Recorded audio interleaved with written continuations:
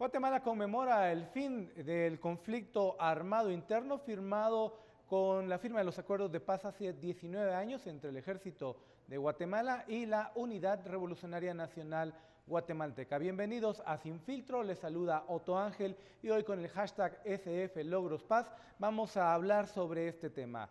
Logros, alcances, luces, sombra de la firma de los acuerdos de paz. Pero antes, veamos este reportaje introductorio.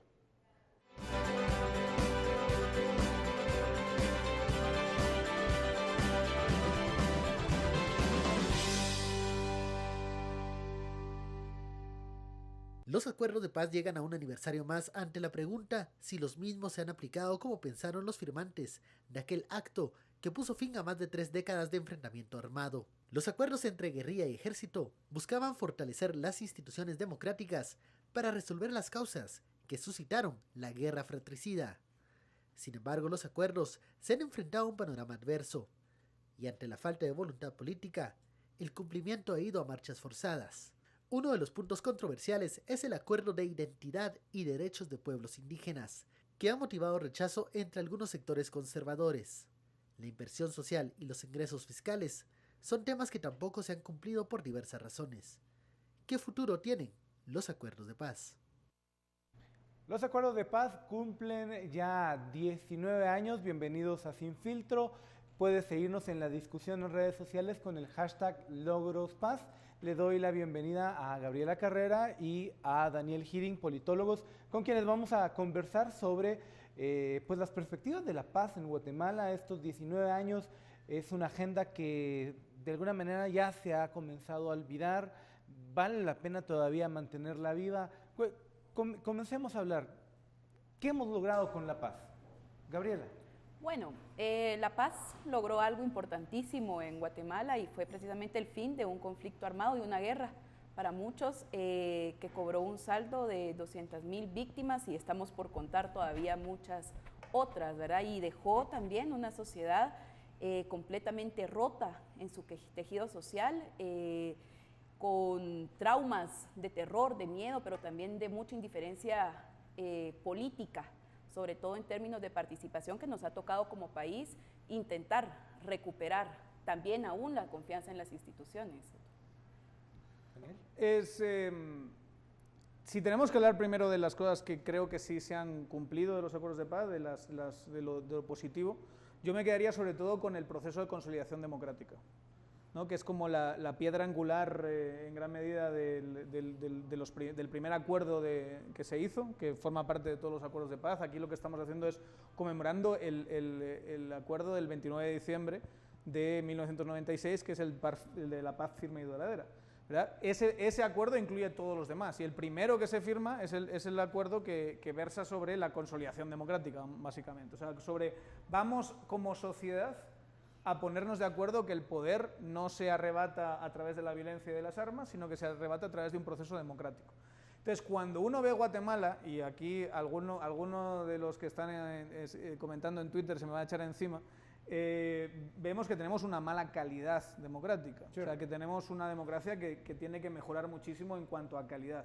Pero tenemos una democracia, desde mi perspectiva, Guatemala tiene una democracia consolidar, en el sentido en que los actores políticos reconocen que el proceso democrático es el proceso para llegar al poder y que ese proceso, salvo algunos casos, sobre todo locales, donde sí puede haber cierto grado de violencia, más o menos se respeta y que son unas elecciones relativamente limpias, vamos a decirlo así. Pero vamos muy lento en ese proceso de consolidación pero democrática. Eso no, pero ¿quién dice cuál es el ritmo que tenemos que tomar? Esto no es fácil, ¿eh? O sea, cuando has tenido una sociedad que ha luchado por el poder a través de la violencia, fundamentalmente, y que ahora lo hace, le puedes poner todos los peros al proceso, pero que lo hace a través de un proceso relativamente pacífico, donde Valdizón, que era como el gran poder que iba a llegar a Guatemala, reconoce en última instancia que ha perdido las elecciones, lo reconoce un poquito mal, ¿verdad? Un poquito con poco estilo, pero en última instancia deja de meter presión al sistema. Lo mismo hace Sandra Torres cuando pierde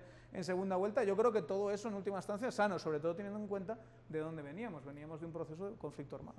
Yo creo que hay dos planos de la democracia que no hay que perder de vista, y yo creo que los acuerdos de paz, como bien lo dice Daniel, toman en cuenta los dos, el espíritu sobre todo. Uno, que es la instauración de una democracia institucional que tiene que ver con las elecciones, con el respeto a las elecciones. Veníamos de décadas de muchas elecciones y de resultados cuestionables. Pero una segunda es todo ese conjunto de acuerdos que se firman en esos 8 años alrededor y que tienen que ver con una democracia más social, la democracia como ideal de vida de la sociedad guatemalteca. Y ahí hay una cantidad de acuerdos que hacen referencia a la situación agraria, al racismo, que seguramente en eso ya no estamos precisamente avanzando a un ritmo adecuado, ¿verdad? El de la pobreza, el de la situación económica, y esa es una democracia que creo yo que es un pendiente en el caso de Guatemala. Las dos democracias, tanto la institucional en términos de elecciones y de institucionalidad democrática, como la otra, la de horizonte social de vida del guatemalteco, tienen que ir a la par, creo. Y ahí todavía nos falta mucho. Alguien podría poner en redes sociales que de democracia no se come, porque incluso nuestros niveles de pobreza, en lugar de reducirse, se ampliaron. Sí, eso está claro, pero digamos, a mí sí me gustaría utilizar el concepto de democracia como el sistema de toma de decisiones y de alternancia en el poder. O sea, cuando nos vamos a una definición un poquito más amplia de democracia, entonces no entendemos por qué tienes países que están creciendo económicamente mucho y son autocracias, ¿verdad? O son dictaduras.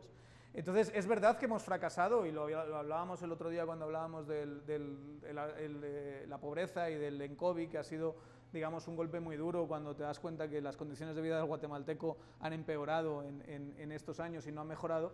Se ha fracasado en el modelo económico, obviamente, ¿no? Y se ha fracasado en muchos aspectos del modelo social, incluyendo para mí el más importante, o el fracaso más importante, que es el fracaso en seguridad, es decir, en que el guatemalteco no tiene su integridad física y sus bienes garantizados por el Estado, de alguna manera. ¿Y qué hace que algunos añoren los tiempos de guerra? Eso, bueno, o por lo menos los tiempos de dictadura en algunos casos, ¿verdad? De una mano dura, estructural, etcétera, etcétera. Pero eso es verdad, es parte de la construcción de Estado, diría yo. En cuanto al proceso democrático, creo que es otra cosa, y creo que en ese sentido sí se ha avanzado. Que nuestro modelo económico sea más bien triste, o sea, que tengamos unas tasas de crecimiento apenas un 1% por encima del crecimiento poblacional, o sea, que es básicamente lo que te crece el país porque crece la población, más un poquito más que no da para que la gente tenga unas condiciones de vida muchísimo mejores. En eso estamos totalmente de acuerdo. Ahí sí ha habido un fracaso tremendo. Ahora bien, unos acuerdos como estos, que son acuerdos políticos, podían solucionar un problema económico. Cuando te ves los acuerdos de paz, se ve clarísimamente que son buenas intenciones. O sea, ellos no te están proponiendo un modelo, te están diciendo, ojalá lleguemos a esto, esto y esto. Ojalá nuestro objetivo como Estado sea este y este y este. Pero realmente ahí no está incluido cómo hacerlo, y el cómo hacerlo es donde tenemos que debatir, ¿verdad? Hasta cierto punto. ¿Es acaso la democracia mejor dicho, los acuerdos de paz, una agenda que se debe retomar para crear un modelo en el país? Es uno de los temas que vamos a tratar cuando regresemos del corte. Recuérdase, #SFLogrosPaz aquí en Sin Filtro.